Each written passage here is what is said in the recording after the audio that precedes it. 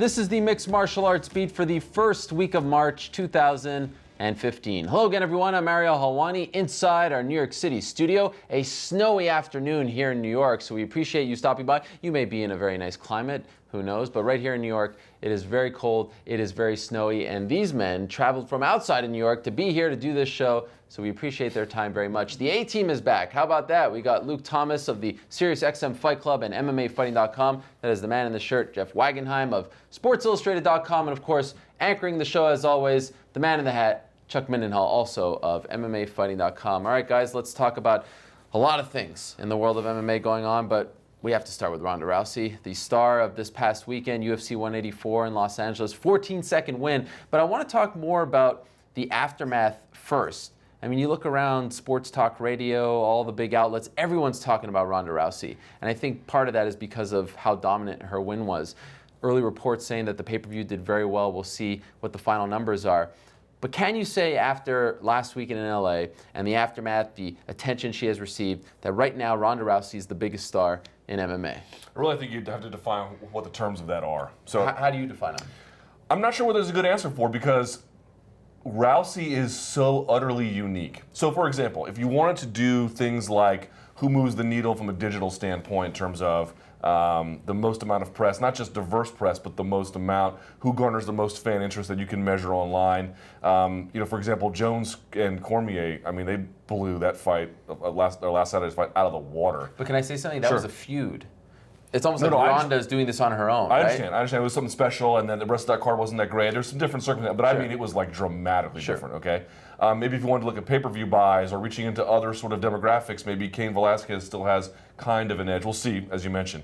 So in that sense, it's kind of hard to say, but there's nobody even remotely close in terms of what you're talking about, which is if you ask the average person to name one MMA fighter, she's got to be at the top of that list, at least right now, right? Because the buzz is hot. So she's not just a big sports phenomenon. I really think she's a cultural curiosity, and in that sense, she absolutely is the biggest star. You come to us from a unique perspective because you work for Sports Illustrated, who doesn't follow the beat as closely. Right. You know, you write a few things a week. You also work for a paper in Boston, and I'm wondering if the things you hear from your colleagues and your bosses about MMA, and is Ronda always the one that gets the most amount of attention? Without a doubt. I mean, she is not just at the top of the list. I would say she is the list. She is. Outside of the MMA bubble. And it's not even just amongst the sports, the guys, the editors at Sports Illustrated or the Boston Globe. The other day, this was before the fight. Okay. I was dropping my son off at one of his friends' houses, and the dad came out and said, "Hey, you going off to cover that Ronda Rousey fight?" Now, this is a guy who has no interest in mixed martial arts. Wow. He's never mentioned the sport to me ever. And I had a succession of these things, even in my little hometown in Western Mass, out there in Hooterville, Massachusetts. The daily paper had on the front page of the sports section a Ronda Rousey preview. Really? They never cover mixed martial arts. This is a phenomenon that I know within the bubble of this sport, as Luke said, there are different ways of measuring who is the big star, pay-per-view, so forth. But in the larger sense, in the sports world, and certainly in the cultural sense, there's nobody even close to Ronda Rousey. On the same note, I mean, I followed Denver because I'm from Denver originally. I was looking at the Denver Post. They had her on the front page of their, I know she was fighting Cat Zingano, who's from Broomfield. That was probably part of that, but it's just you don't see things like that happen. A similar story. My in-laws, they were asking me if I was at the fight with Rousey, and these are people who have no idea what this sport is about. They actually probably go out of their way to not pay attention to the sport. So I know I could say this without them actually seeing the show. Sure. But that's the kind of wider appeal she has at what Luke was mentioning. I really believe that this fight was the tipping point as well. I think that I saw her out at UFC 175 in Las Vegas. She was signing autographs for people that were just in the little fan expo area. And there were girls crying. It was like the Beatles, man. It was like you could see these girls crying and getting their pictures taken. And I was like, wow, you just don't see that type of thing going on with, or there's an actual rock star type of person who's just going through the sport like this. That's when I thought she was really getting close. Like you're at the point where, she breezes through Alexis Davis, and now she just did the same thing. The curiosity then becomes, beforehand going in, there was much more press than I thought was, not just press, but like cultural personality types who were talking about this fight, everybody talking about this fight. She has a curiosity. And then for her to do that, I felt like that was the tipping point. It was like, we were talking about the Mike Tyson stuff, all those kinds of comparisons, but this was the fight that really put her into that plane, I think, of saying, wow, look at this person. This is special. I felt like that's how it translated. Do you think the appeal is that she annihilates all of her opponents? Is the appeal that she is a woman? Is the appeal that she's an attractive woman to many people? Is it all of above? Like, why are people so captivated by this person? Well, I think it's all of the above. I've wondered what would happen if we had, now I know look, everyone's sense of beauty is different, but I mean, if there was someone currently in the UFC who, let's say, had a Paul Buentello build, like a girl, but was a girl, but had Rousey's results, would they have the same? Interesting. And I don't know the answer to that. I wonder if they embraced it. Maybe they would, or who knows, right? But I've been curious about what that would look like. But to your point, look, Cyborg's not the swimsuit issue. Rousey is. Rousey's in the Maxim Top 100, and Maxim's a dumb magazine, but they're still trying to catalog attractive women who are of a certain visibility. And I also feel like she just shows people a different sense of what it means to be ferocious and vicious and yet utterly and completely feminine. She juxtaposes both of them. There's no denying her lethality. There's no denying her athletic credentials. And so I just feel like she is such a contradiction and yet all put together in a dynamic package that is just impossible to ignore. Reason that she was the reason that they broke through. I mean, it's still crazy to think about that not that long ago, the UFC didn't have women fighters, and she not only came in there and, has done what she's done, but sort of has changed the culture, which is an amazing thing. When they came in, I think the interest in women's MMA was down here, and it's just now it's crazy to me that she's been able to do that, almost single-handedly. And I don't mean to discount all the other women that have been competing in the sport, but it's a phenomenon at this point. I feel like she's sort of, in that space where you're like, wow, I hope she doesn't leave the game, even though the game is what sort of made her where she is. She's also the right kind of dominant to reach beyond the MMA bubble to the larger sports space. Think about it. What is the thing that kind of holds MMA back amongst other sports fans or people out in the culture? A lot of it is the blood, the brutality, and Ronda Rousey fights aren't generally brutal. I mean, the Alexis Davis one, she gets her down and she's pummeling her. That was an exception. But these other fights, she just does something that makes the person quit. And that's a little bit more palatable if you're somebody who might get a little squeamish from seeing a bloody, you watch a Cyborg fight, and just about every time the fight is brutal. Yeah. And so I think aside from the the physical attractiveness of one fighter versus another, I think that certainly is a factor. But there's also the way in which she competes. She does something that has a little something for everybody. I mean, those people who don't want to watch something brutal get to see a result that isn't brutal. And then those of us who watch this sport, I watched that 14-second fight 100 times just to see what it was that how she managed to get that submission in 14 seconds. How did she do that? And every single thing she did was purposeful and really perfect. And so she has something for everybody. To your point, I believe this is correct. I know there was not a single punch landed in that fight, and I believe, according to Fight Metric, that's the only time in UFC title fight history for that to ever happen. So that's pretty remarkable. That's exactly to your point. I saw some people afterwards saying that she's almost too good because people are gonna, they're gonna rebel and say like, oh, I'm not gonna pay money to watch these fights. They're blowout. 14 seconds, I can watch it on Instagram.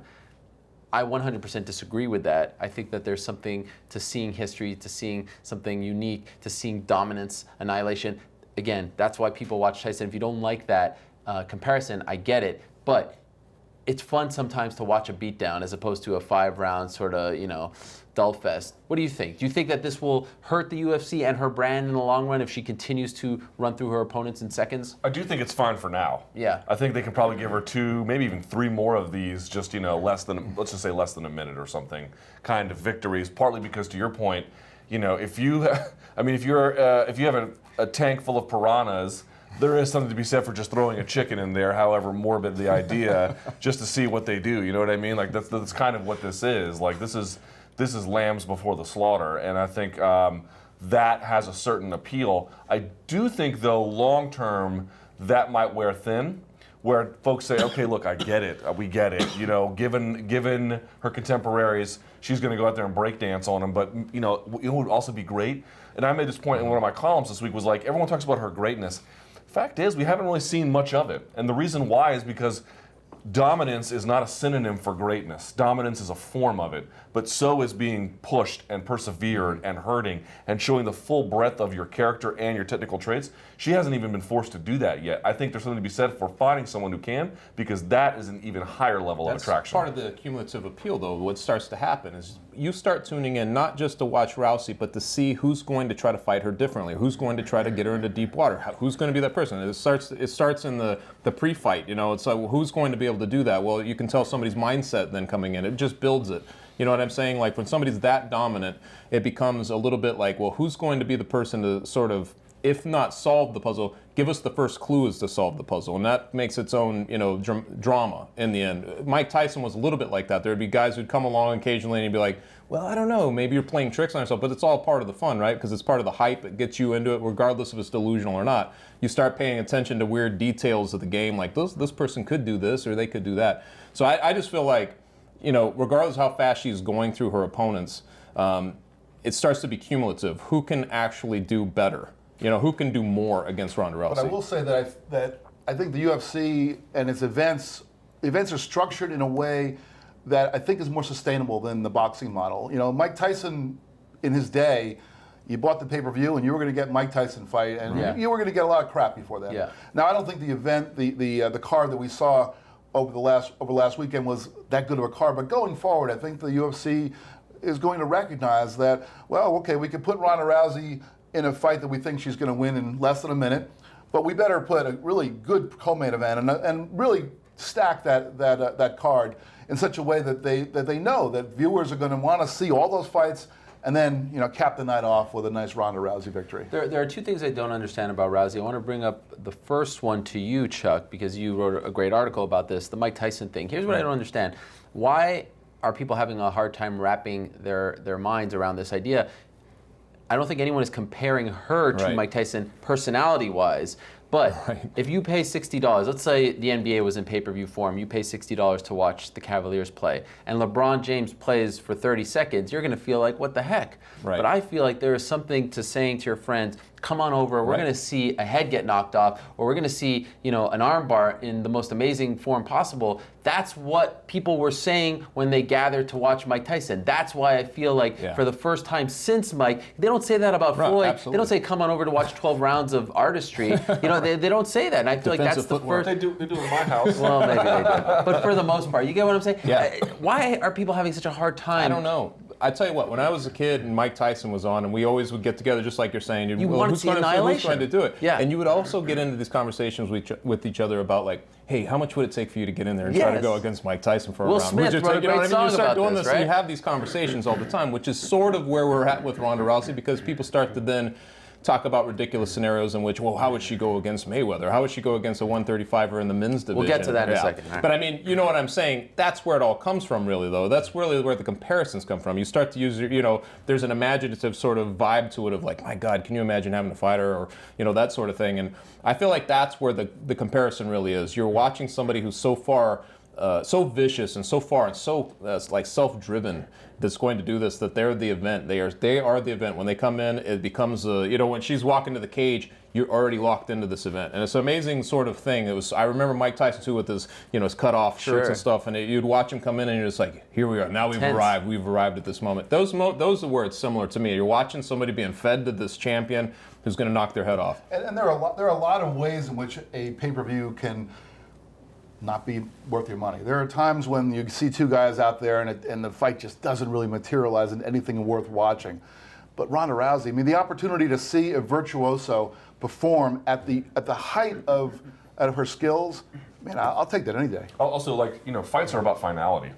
You know, a game is great, a basketball game, because especially when it gets down to the wire, and there is a certain finality there too. But you know, people they just love having the ability to have an off switch anywhere. It just heightens the tension. But for me, it's like, look, combat sports, to Dana White's point, combat sports is a men's game. It's hard to compare Ronda Rousey to any of her other female, I mean, I know there's been other successful female combat athletes, but many have lived in the shadows, or they lived in an era where they weren't on TV, or most people just don't know them. Mike Tyson is just the most analogous thing because it just makes the most sense. It would be nice to have someone to compare Rousey to, but this just shows you how utterly special and how utterly unique she is. That there's going to be someone in the next generation, and then we can compare that girl or woman to Rousey. But until then, I'm not saying we only have men, but those are the best examples. It's the easiest comparison because at the time he blew it up into a transcendent way. You know, people watching boxing. We're talking about boxing. There's a boxer again. It was a revival though in his sense, and he was a he, which makes the big difference versus Rousey, who's a female. Then suddenly, so you got so much different interest coming into the sport. So and I love that she's not a knockout artist. Right. This is almost the evolution of combat sports. I tried to compare Ronda Rousey to a dominant. To dominance within a female realm, and I used the my preview for SI on this fight compared her to the Yukon women's basketball team. 90 straight victories, 9 national championships, but even they lose sometimes. So Ronda Rousey is incomparable. Whether you're talking about men, women, statues, the statue of Chick Hearn. I saw you sitting next to in a picture. Even that isn't as dominant. Only 11 pro fights. I mean, this is it. Okay, let me bring up the other thing that bothers me, and it might not be what you think. I see a lot of people getting very worked up over this debate whether or not she could beat men.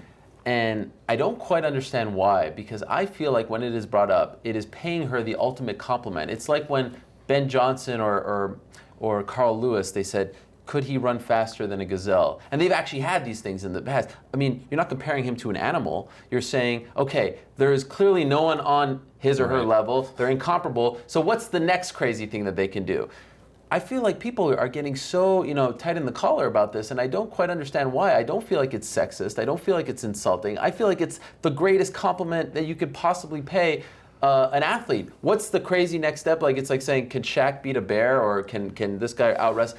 Those are the things. So for Ronda, they're saying, say Shaq can beat a bear? There used to be there was a show one time where they put all the athletes against the animals. Man versus... Yes, you remember that? The orangutan beat the gymnast. Oh, they always won. But my point is, I don't understand the insult that I see of fighters who I very much respect, and I get where they're coming from, in particular the female fighters, because they're the ones that have to deal with these kinds of labels and discusussions. But when Joe Rogan says something like that, I'm like, wow, Joe's giving her major props. Am I wrong here? You just want to see that Caraway fight, man. I know you're still pining for it. It doesn't... I think that the intention behind what Joe Rogan said was honorable, and I've heard other people who said things. I think they're trying to give her a compliment, but I think what it ultimately does, it creates a glass ceiling that exists in all other walks of life. Ronda Rousey, the most amazing fighter, 11-0, 9 arm bars, 8 wins in the first minute, amazing. Nobody can compete with her. And maybe she could beat a few men. So it's kind of like we're elevating her to greatness, is that and the then way we're diminishing her. I think it ultimately diminishes her. It says she's amazing, but she's only about as good as a few of the men out there. The problem is it's not literal. I mean, you have all these people who are just they hear stuff like that, and it's like, come on, it can never happen. So why are we even talking about it? Sure. Since it's just nonsense. It's barbershop talk. It is, right? of course. But it's fun. I mean, it's fun in the sense, like, I know we used to talk about the Caraway thing. Well, Caraway should fight, but it's also interesting with guys like Ian McCall. I know that you were talking to me a little bit about this, so you can tell him. But somebody making those kind of comments, somebody taking it completely another way, and you're like, man, it's really it's more like like you said, I take it more like you. I think that it's more of a compliment, like saying like, wow, she's this good, and you have to kind of expand your imagination than I do in a literal sense. What do you think? I think my attitude is that, again, now we're starting to see her take these, like, there was a while there, I wouldn't say she plateaued, but from to the McMahon fight, there wasn't a lot of growth in her personality. I mean, she had done some movies and stuff, but it wasn't. I just feel like this one was a little bit different. Like, it was a step up. And so with the now growing greatness that we're bearing witness to, it's, to the point we talked about earlier, it's so hard to understand because it's so novel and so new that we're struggling for ways to define it. And so to your point, in that sense, like the fact that she, maybe she can or can't beat women, men, 50% of them, or whatever the case may be, I understand that's also, in ways, could be defined as a compliment. In other ways, though, to me, it's like utterly irrelevant whether she can beat men. Oh, absolutely. By the way, I'm not sitting here saying I want to see that. We know it's not going to happen, even though Bovada is laying odds. Sure. I mean, it's just collecting money on morons. Well, but yes. It's irrespective of that. And I also feel like it's a little bit of, we do this all the time. It's a little bit dangerous because we do this in MMA, and I remember Anderson Silva right before the Weidman fight, and certainly Fedor before the Verdum fight. We had this way of taking our very best and turning them into demigods, where we put them up before impossible circumstances that they cannot live up to. This is a game where everybody loses. I suspect eventually Rousey, could be years from now, I suspect she'll eventually lose. And so I just don't want her, it's better to have a healthy understanding, a realistic understandanding, and one within the confines of which she operates. I do think it's smart for promoters to bring this up because this is talk radio gold, right? I mean, they're talking about this all over the place, so it just keeps her in the conversation. I don't think anyone in MMA would like to see her fight, Henan Barao or something like that. I think some do, though. There's some insecure. No, I mean, guys yes, maybe. What did you want to say about Ian McCall? We were talking about this, and obviously there's a lot of reasons why men and women don't fight. It was just culturally, it's just a Also, it's illegal. There's that. Let's just leave the law aside. However, there is this Metamoros competition, and maybe there would be something where hey, Ian McCall. If she was going to do it, that would be. Ian McCall wants to step on a jiu-jitsu mat against Ronda Rousey. I might like to see that. Would you be okay with it? You're the grappling expert? 100% so, okay with it. Forget Ian, with all due respect. It's got to be Caraway. If we're going to do that, it's got to be Caraway. That would be fantastic. Right? And that would be great. But, we're getting... Why would you be okay with that, by the way, just out of curiosity? Because that is something that is utterly routine in the gym. Okay. I roll against women, I won't say all the time. In fact, I try to avoid it because of the size disparity. Sure. But it happens every week. They're very, very good. They're credible. I think women have a very different style of grappling than men, especially given their body types. Rousey has a unique style no matter what. And listen, I think a guy of equal skill and equal weight would beat her. But if you could change things up a little bit, and I mentioned the same, Gabby Garcia, 250-pound, 6'3" woman, I wouldn't be. There's a video of her rolling with Marcelo Garcia.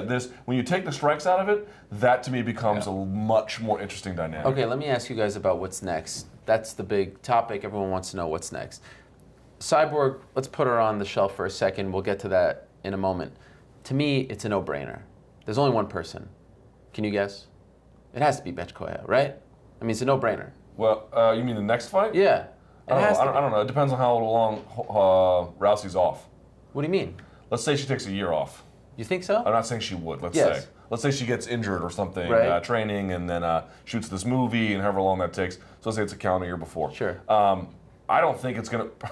Personally, I don't think it's going to matter either way, but I could see from a year from now that home fight being at least a commercial opportunity for the UFC to sell. Okay, but a year, that's kind of, let's just say it's a normal return. Like she's back in August, or not July because that's booked. She's back in September. A normal return after a movie. Bethe Correia has done a fantastic job of selling herself. The picture that our own Esther Lynn took of her slicing her throat. I mean, she has this stalkerish vibe to her. She's undefeated. She flew from Brazil to LA to watch this fight. I mean, that one, because I know Dana White brought up Jessica Ai, and I'm not feeling that right now.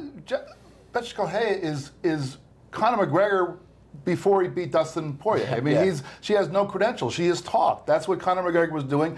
And then what he did then, he went out and backed up his talk by beating a top 5 or 6 guy in Poirier. That's what Bethe Correia has to do before she's going to get that shot. Why not match her against Jessica Ai? Oh, so you like the Jessica Ai? Well, I mean, Jessica Ai has one victory, has a 1 victory winning streak. I don't know that has earned her a shot, but Ronda Rousey has defeated everybody else in the top 10, I believe, or at least in the top 7 or 8, other than those two.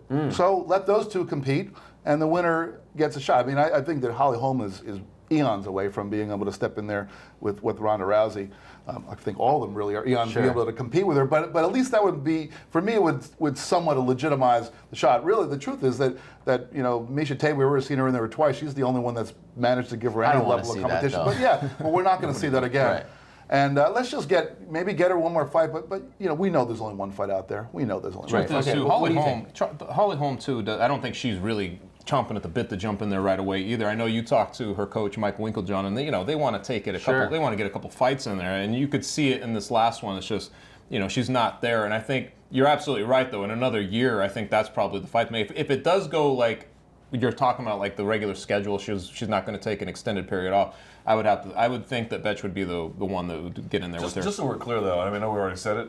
I don't care if it's Correa, or Holm. They're all getting torched, right? Just trying to be realistic about it. And they're all credentialed, professional, high-level fighters. They deserve respect, but they're going to get torched. In that sense, you're like leaning heavily one way or the other. It's kind of like... At least with Correa, there is that sort of like backstory going on, so you get some kind of... Tremendous. Yeah, you'd get all of that. I want to see a fired-up Ronda. A fired-up Ronda is a fun Ronda. Okay, now let's talk about Chris Cyborg. So... I said on Monday, which bothered some people, that I'm starting to feel like she doesn't really want the fight. She doesn't want to go down to 135, because every time you ask her about it, she deflects. She says, meet me at 140, 145. I mean, it's clear. Whether you agree with it or not, it is clear that the UFC and Ronda Rousey have no interest in making the fight at 140. And if they have no interest, it's not going to happen. So whether you say, oh, it's not fair that she's saying Gina Carano can fight me at 145, or that, Cyborg's a champ, it's not going to happen. So there's no point of even arguing about it. I'd like to see Cyborg kind of take it upon herself to go out there and say, look, I'm teaming up with George Lockhart. I'm going to make it by this. We're going to do a test. This is the fight. You're fighting on Fight Pass, with all due respect, in a very small venue. Do you want to cash in or not? Do you want to make money or not? Get down to 135. Now, if you can't do it, then just let us know and we'll move on with our lives. If I believe she can do it, she just isn't. She isn't applying herself to it. How do you guys feel about this? Because it's a weird thing. You're not thinking about the babies. Her babies she wants to have. Oh, I'm right, kidding. right. Go. It's like every day I'm conflicted, because it's like, No. do you want it? Do you not? You're obviously getting into these issues online with her mom and all this stuff. Which, by the way, I don't think she's really writing those things. As entertaining as they are, it just that's just my 2 cents. But that's common practice in MMA. Do you feel like she wants this? Do you feel like she really wants to go down? I think she does. Yeah, I do. Really? Yeah. At 135? No, she doesn't want to win. But that's the problem, right? But why is that So the then problem? Why are we saying that just because the UFC says we're not going to make this fight? Because they're the judge and jury. They were willing to they would have fought Gina Carano anyway. Why were they going to fight Gina Carano? Not because she's a legend, but because they thought they were going to make money. If they think they can make money with Chris Cyborg, make the fight. Make the fight. That's the fight to make. I mean, because of the belt? Come on, that's silly. The UFC is in this for business. They want to make the big fights. When does the UFC make super fights of any kind? And this would be the super. Gina Carano. Yeah, well, wait till this Pacquiao Mayweather stuff happens and they see, again, there's nothing we can do to replicate that, but when they see just how fun it is for everyone and what a phenomenon it is, I do believe there's going to be a trickle-down effect in promoting. But to your point, you asked, like, well, is this bit where Rousey is just annihilating people going to last? As long as that lasts, Cyborg doesn't have much negotiating leverage. Wait till that drops off. And there are people like, you know what, we really want to see this fight. Then you might find them to be a little bit more accommodating. So in the current climate, maybe she doesn't have much leveraging power, but give it time. Let me offer 2 rebuttals. First off, there's something to be said for what she says. Look, Cyborg in the past tested positive. I feel like she has abused steroids. I don't want to give her an advantage. Now, she did pass her 2 tests. That is very much worth noting, and she deserves to be applauded for that. The other thing is, when Cyborg, when Ronda Rousey was trying to make a run at her first title, and she had a beef with Miesha, and she recognized the fact that the real moneymaker is the Miesha Tate fight, she was fighting at 145. Now, she got the opportunity to make that weight, in the title fight first shot, but she had to chase the champion, right? So who's the champion here? We're not fighting for the Invicta title. Rousey walks around at 150. Cyborg walks around at almost 180. And that's the but problem. So then if it's not possible, it's not the possible. problem So is move on. I agree with you. I just don't know how much she wants to try to even get to 135. She's tweeting out pictures of herself on a scale showing at 170, 175. Almost and like saying, rubbing look, it in our face. I'm shredded, Yeah. and I'm already at 170. How is this possible? I mean, she's basically saying that I will not be able to get to 135. I feel like that's how I'm reading it. And at that point, you think, if they don't come to, if Ronda is unbendable and she can't get there, it's never going to happen until it gets to a point, like you said, where there's really not much else you can do, and everybody has to compromise on some level. If this were about the 135-pound weight class, then I think it would be a different story. But I don't think that anybody in the UFC envisions Chris Jacino coming in there, and if she beats Ronda Rousey, then having a long reign at 135. And it just seems like something that she's going to, if she does get down to 135, it's going to be a one-off or a two-off. She's going to fight a couple times in that weight class. It's not sustainable. So this is, and if she's stepping on a scale looking shredded and she's 175 pounds, This is not like the UFC saying to like Roy Nelson, hey, lose that gut and we'll give you a shot at Jon Jones at 205. This is somebody who seems to be at a pretty natural weight and struggles to get down to 145 pounds. If she can get down 5 more and fight at 140, I mean, I think meet her there, and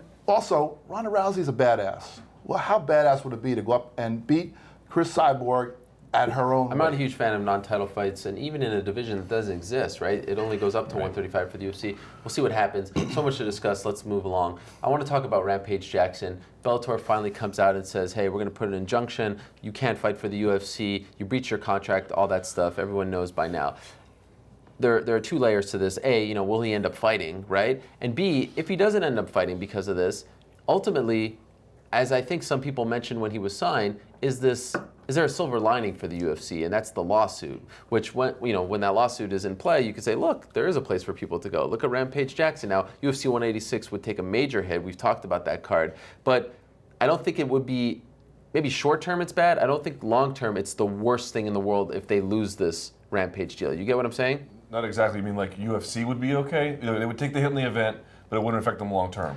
Because they could point to this as saying, look, there is another place for guys to go. Yeah, they could do that. I mean, depending on or they could just win the injunctions. Well, I'm just saying I'm talking worst case scenario here. Right. Yeah. Because it kind of feels like there's a chance. I mean, the hearing is April 2nd. Also, and the fight is April 25th. Shout outs to Mark LaMonica for getting a hold of the tremendous work. Holy crap! Did you see Rampage's contract? Yeah. I mean, it was like wherever he walks, there have to be people in a harem throwing rose petals at his feet, and he got a Tesla as a signing bonus. I mean, it was nuts, the kind of things that he got, given the state that Bellator was in, just no money for that kind of thing. So there's those details as well. It's like, look how they come out of pocket for this. I don't know though. Look, in the end, I don't think he's going to fight at 186. I don't know that he's done. They may end up ultimately winning, but if he loses or if Bellator wins the injunction and then tries to bring him back, he's not going to fight for them. So this could be the end of Rampage, which would be a terrible way to end his career. But in terms of like what it does, the lawsuit for the contest between the fighter lawsuit as another lawsuit. I don't know that it would have that much of an effect. I think it'd certainly be valuable. And you see Bellator constantly assert themselves as we're competitors. They use those words openly. Sure. But for me, the bigger issue here is like what this means for Rampage's career, because I'm a little bit concerned it's going to be over. What do you think?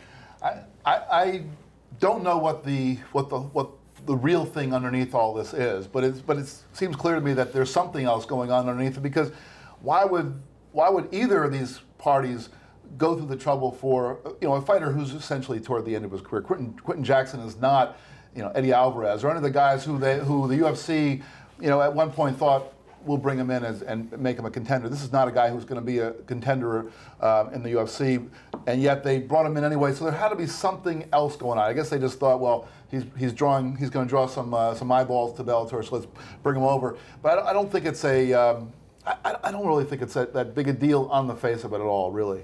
It's funny because not that long ago, Quinton Rampage Jackson was trying to get out of the UFC, and it was just all this baggage. We were sort of tired of him, It's like, oh my God, this guy. And then he goes over to Bellator and he sort of revives himself just enough to put himself into a position where we're doing this again. Where we're like, is he worth all this baggage? It's really nuts that he goes through this type of stuff.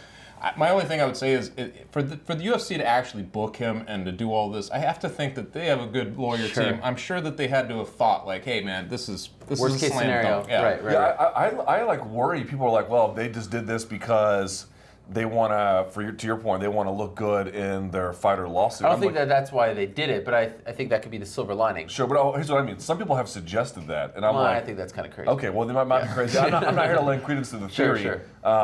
But I do. I mean, they're usually like so good about crossing their T's and dotting their I's, and then you see the Bellator thing, and it seems pretty. Their version seems like their case is clear too. It's really bizarre. Shocker that Rampage Jackson's having bizarre interactions with promoters. Okay, speaking of Bellator, they announced late last week that Kimbo Slice's debut will be against our old friend Ken Shamrock, 51 years young. How about that? Rematch, of course, well, not a rematch. I mean a rematch in principle of the fight that they were supposed to have in 2008. October 4th, 2008, remember it? Yep. Elite XC Heat in Sunrise, Florida. Who was it that got that scoop back then? Who was that young? I remember those videos with you and Scala. A young buck. What do we make of this fight? Was this the fight to make? Here's a legitimate. This is a serious question. Is Shamrock versus Slice the worst fight to ever air on Spike TV? Well, if it airs? Yeah, well, if it makes it to air, is that the worst fight to ever air on Spike TV? I don't know about that. Really? Well, I guess let's see what happens. It's easily the worst main event. It event. hasn't happened yet. It's easily the worst. You can't judge a card until it happens, don't you know?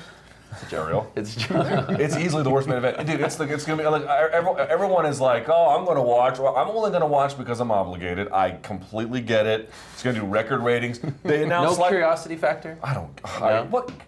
I'm just. This could be for a title shot. Are you title shot? This is a great one. They announced it. They had Slice on Dan Lebitard. Yeah. I think he was on Colin Cowherd's show. So they're gonna clean up in the ratings. And I mentioned before, if you've got just this thing at the top of the card. The rest of the card's probably going to be pretty stacked. If it has dollars, it makes sense. But that fight is going to suck. Was it a mistake to make it as the main event? Because this is Bonner Tito 2, right? I mean, this is the same But thing. that's the whole. That would be the whole point. You mentioned some of the media places where these guys have already made appearances. Well, they're not going to get that kind of. They're not going to get Emmanuel Newton on all those outlets. No chance. That's really the Liam whole point. McGeary, by the way. Let's give the champ his props. Yeah, well, awesome. And those guys. I love to see those guys go at it again. I want to see some good Bellator fights, and then what seems like they're going to do is they're going to have the co-main and all the other events, other fights on the card are going to be more interesting for the real MMA fans, and then they're going to have something at the top that's going to just be the carnival attraction, and that's just their business model now. But should they have done something different with Kimbo? The Petrozelli. 51 is 51. Well, this was a fight that was 6 years in the making. Come know. on, this is a Rich if they were going to if they were going to have Ken Shamrock fight again, it would have to be Kimbo Slice. And then if Kimbo's going to come, it's just if you're going to do the fight. I think Ken doesn't come back if Kimbo's not there. Right. And so I'm wondering, obviously, I cannot believe we're having this. Obviously, Kimbo's not going to fight a young buck, but Ken, I feel like, is a bit of a stretch. I did hear on the radio today, as I was coming in here, that Ringling Brothers is eliminating the elephants from the circus because of some argument about how they're not treated well. So I understand that some of those elephants are signing with Bellator and may get the winner of the fight. I'm not sure. I think the Petrozelli fight makes a lot more sense. That's a real rematch. There's a story there. This feels... If I'm Petrozelli, I merely make sure I'm on the card. I love the way you're looking at me. Like what happened to my life? Yeah. I will say this: Scott Coker, just haven't talked to him about this at the event. You were at the press conference. I was at the press conference. I asked him, a little bit about the fight, obviously, but I like how you chuckled when you said it too. Yeah, they said they were going to put probably a couple title fights. They are going to try to stack that. It out, yeah. They're going to stack the card underneath it. So clearly, it's just something at the top, like the little buzz at the top to kind of bring people through. And the other serious part about this, for me, is that Ken Shamrock is 51 years old. Yeah. Slice is, I think, 44 years old. 41. 41. 92 years. 41 hard years, though.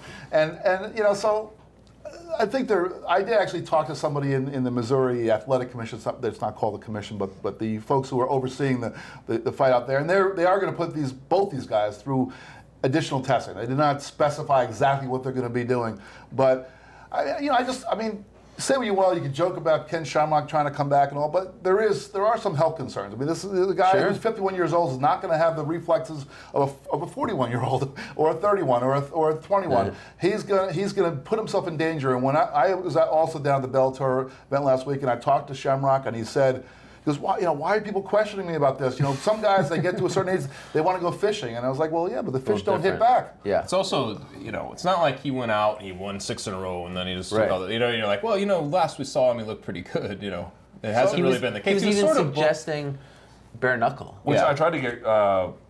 do we know if he's still doing that? I asked some people over at Spike. I didn't hear back. He claims that after this. Yeah. He's still involved with the bare knuckle thing. Wow. But the guy is literally fighting people in vans down by the river. Okay, let me ask you guys about another big name that resurfaced this weekend. Brock Lesnar showed up to UFC 184 in a tremendous three-piece suit. He looked better than ever. And his timing was unbelievable on two fronts. He comes out right before his old buddy Tony Ferguson's about to fight. And I witnessed it with my own eyes. Like, Tony Ferguson is outside of the tunnel about to walk through, and Sasquatch appears, Brock Lesnar, to hug him. I was like, what the heck is going on? Yeah, it was unbelievable. And hugs him right before. Remember, Ultimate Fighter. Ultimate Fighter, that was his coach. Yeah. So what are the chances? I don't know if he timed that, but it was a very bizarre thing to witness. And then, of course, negotiations with WWE, according to our own Dave Meltzer, not great. His contract is up, so of course he shows up Staples Center, UFC 184. If you're Brock Lesnar, if you get the exact same deal, the exact same money from both, what are you doing at this point? Because now it feels like a real thing, right? He's a great negotiator. He's a great businessman. Yeah. And I thought in a million years he would never come out. He doesn't. You're Dave Diebert, who lives up there in Saskatoon, saying, "No way, man." It's unbelievable. It's unbelievable that this has actually come to this point. I thought we would never see him again. He doesn't have a team. He hasn't fought in a while. He left pretty much with his tail between his legs. I mean, he was sick, all this stuff. Why would he come back? But it's a real thing, and I think it would be tremendous for the UFC, right? It would be a huge deal for them. MMA is just like this. Like combat sports like this. Like in 1 year's passing, the world changes. Shamrock Kimbo. I know. Talking about Shamrock and Kimbo. What are we doing with our lives? The world in 1 year can just turn in the most dramatic of ways, and there's no real like overarching lesson except that loyalties to the game kind of die hard. Yeah. Opportunities change. And when you're a guy like Lesnar and you have a lot of options, you're going to sort of exercise and investigate all of them to the very depth before you pick one out. And it just feels like in a year, the conversation we're going to be having about Lesnar could be entirely different. Do you think he comes back? I'd put it at 50-50, and before I was like 10%. Right, me too. Me too. What do you think? Yeah, well, I mean, if you're an alpha male, a guy who's always thought of himself as the toughest guy in the room, it's hard to let go of that. I mean, we witnessed a little bit of that the other night. We saw Josh Koscheck, who really, is a shadow of himself, but he just was trying to regain that, whatever it is, one more time, and it just wasn't there. So Brock Lesnar stepped away from the game, and also the way he stepped away from the game, he didn't, as you said, he went out with his tail between his legs. He went out not on top. He didn't go out as a champion. He didn't go out like GSP. So I think there's more chance of a guy like George St. Pierre staying away because he went out the right way. Brock Lesnar went out as a guy who got beat up. And now was a chance maybe for him to come back and rectify that. Now he's got the WWE and the UFC both sitting there, maybe both looking for him. I guess it would depend on what kind of deal he gets with WWE because it's certainly less dangerous. Sure. And the difference has always been in my mind that you got to do all that traveling, but he had never had that deal where he had to travel all that much. So if he can just show up when he wants to, or on a limited schedule, and and do his. What's the name of his move that he does? I don't even know what he does. The F5. Okay. He does Jeff, don't pretend. If he does, I thought he did the camel clutch. Oh no, that's the Iron Sheik. No. So whatever he does, if he can do that and not have to worry about getting beat up by Alistair Overeem or Cain Velasquez or anybody, do that. But if that is not an option, I will say it's a big deal to him. He's sort of a reclusive type of guy. Like, I think it really matters to him how much he has to be out there sort of promoting and all that stuff. All this probably plays into it. I will say, though, that he did have the stomach ailment. He had the whole thing going on. There might still be a big part of him that's like, that might have taken me down, a little bit from where I was competing. The Alistair Overeem, who tested positive for that fight. I mean, not that they're going to make excuses, but Brock Lesnar still is tied with the most title defenses in the heavyweight division, which is crazy. I think everybody thought Cain Velasquez was going to blow it away, but with him sort of being injured, he still hasn't surpassed that. He still holds a share in that. It's not like he was just a novelty shtick who couldn't hold his own ultimately in the cage. So. I'm with you guys. I've started off very low, like thinking that wasn't going to happen. Now I'm starting to think it will. Final thing on Lesnar. Yeah, look, two things are happening. One, you have all these people coming at him with money. So Bellator and Viacom are coming at him with money, presumably. Yeah. We know UFC's probably, I'm sure they stay within the legal parameters, but have sort of made it clear they have interest. So the market is hot for people who are old and have a name. Yeah. Like he lost to Overeem when Overeem was just, just at a strike force, blah, blah. He's going to fight Dos Santos, maybe for a title. He doesn't have to fight that guy anymore. He could fight Crow Cop, and that would be a huge, oh my God, Lesnar Crow Cop. Sure. So it's less dangerous. The market's hot for it. It's at least worth showing up to a fight to see what's up, right? I interviewed Fedor last week, and I'll tell you what, he's still retired, happily retired, but you can tell that the window is open a little bit there. That fight could still come together. It's as crazy as it sounds. We're sitting there talking about this. You almost feel like that would be a guy that if Lesnar came back, that might be the lure for them to get him in there. That would be unbelievable. The more things change, the more they don't. Okay, last thing before we go, let's touch on Burt Watson. huge story.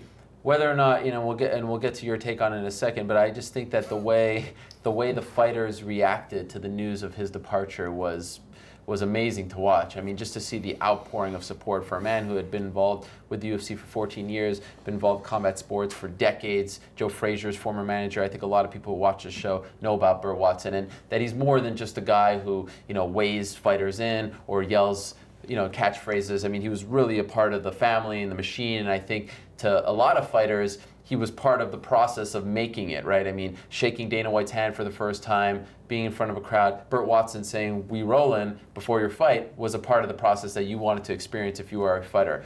Were you guys at all surprised by how the fighters reacted to this? I mean, it was something unlike we've ever seen in this sport. Unanimously, everyone going online and wishing him well and voicing displeasure about this news. I mean, it was an amazing thing to watch. Yeah, well, when any of us goes to a UFC event, the lens through which we experience that event is really through the PR folks. And when I go there, and there are certain PR folks I know that I'll go to if I need access to this or I need information about that, and they make my experience, if they're good at their job, which those guys are, they make my experience easier and more workable. For fighters, the lens through which they experience a UFC event is really Burt Watson. I mean, he's the guy who's there when they're sort of at their worst. They're trying to cut weight and they're a little bit stressed out about the fight coming up. And him with his kind of his spirit and all the stuff he does behind the scenes, that's what really enhances their experience. And so to me, having a guy like that, losing a guy like that, is something that's going to change things for these fighters. I mean, not to say that the UFC can't go out and find somebody else who can do that job, but there's something about the particular spirit of that guy and his positivity and his energy that I think works really well with fighters, and we're seeing the result of it. Yeah, you've been backstage. You sort of know how he operates. It's an interesting sort of thing. Dana White, he's always hailed for that tough speech he gave. Do you want to be a fighter? That was something he did on a regular basis at live events, was give those fighters a pep talk as to why they do it. He constantly was reminding them of why you're doing this. I feel like that's sort of an important thing to a fighter's psyche. He would come backstage. There was one show I was at UFC 123 in Auburn Hills with Carl Parisian, who was freaking out backstage, honestly, and on the ledge. And here comes Burt Watson, very grandfatherly, takes him aside and gives him a pep talk, reminds him why he's here, builds him up. I mean, that's the weird stuff he's doing backstage, behind the curtain, that's making these guys show up ready to fight. I mean, that's a hard those are hard shoes to fill. And I feel like he was sort of, the vibe he gave him was not just to rev him up, but just to let him know why you're doing this, and you're not alone in doing this. He sort of was, he was his enthusiasm. He was like sort of the enthusiasm and motivation. So it was not surprising at all for me to see the fighters sort of respond like that. I guess the more surprising thing, honestly, was that a guy who's part of the moving circus is now no longer part of it. Yeah, he would go to every event. And he really, I've seen him in the airports too with his wife. Yeah, really amazing considering his age. So I know you have the utmost respect for him. Of course, and I think you would echo all these sentiments. Let me just say real quickly, if Bjorn Rebney is the most hated person in MMA, Burt Watson has to be the most beloved. It's an amazing thing. I cannot think and of respected too. Right, but who, like, if you just say, okay, let's take him out of the equation, who's more liked than Burt Watson? No, it's hard. Nothing comes to mind. But you did say that you didn't think this was the biggest of news stories, and I just want to give you the opportunity to. Trying to throw me under the bus? No, I'll tease it. But I think on a show like this where we talk about the MMA Beat, it's an interesting. I mean, look, I feel like it was. I think, given the outpouring that happened, it was probably a case to document it, and then we did on the site, or at least Sean did. Thanks, Sean. And I thought that no matter what, his departure, the suddenness of it, and the ubiquity of his presence, at least merited a story. But I beyond that, I'm not sure that there's much of a story there.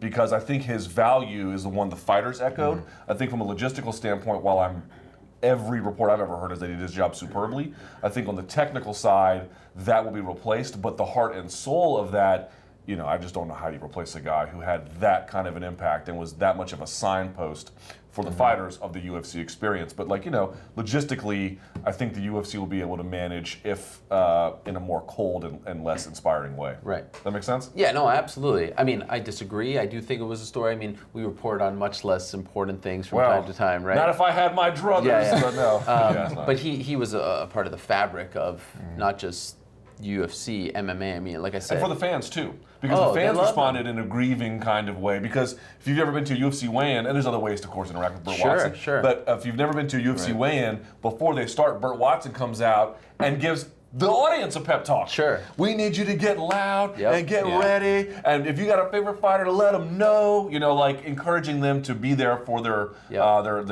figures of appreciation. So he had that relationship with them too. It's a testament to him because he wasn't brought in to do that. But I think there are certain people who are part of the show. You know, it wouldn't be quite the same if Bruce Buffer wasn't there, right? It wouldn't be quite the same if Dana wasn't in his seat. See, I like Joe Martinez when he does UFC shows. But you get Bruce. You know, if you ever go to a show in Brazil, I mean, they are singing along with him. It's part of the show. Yeah. Joe is fantastic, and I saw him at Invicta, and I think Burt was part of that fabric for a lot of these people. But I love what you said. They are at their worst on fight week, and this was a guy who was able to A, command their respect, and B, really uplift them when they're on the ledge. I mean, they're about to go fight, and if you've never experienced it, and I wish every fight fan could, just that moment. I've heard fighters tell me that they are paralyzed when they hear his voice, his booming voice, saying, we roll into the hole, don't leave it to the judges," and he is marching them out there, and the look on their face.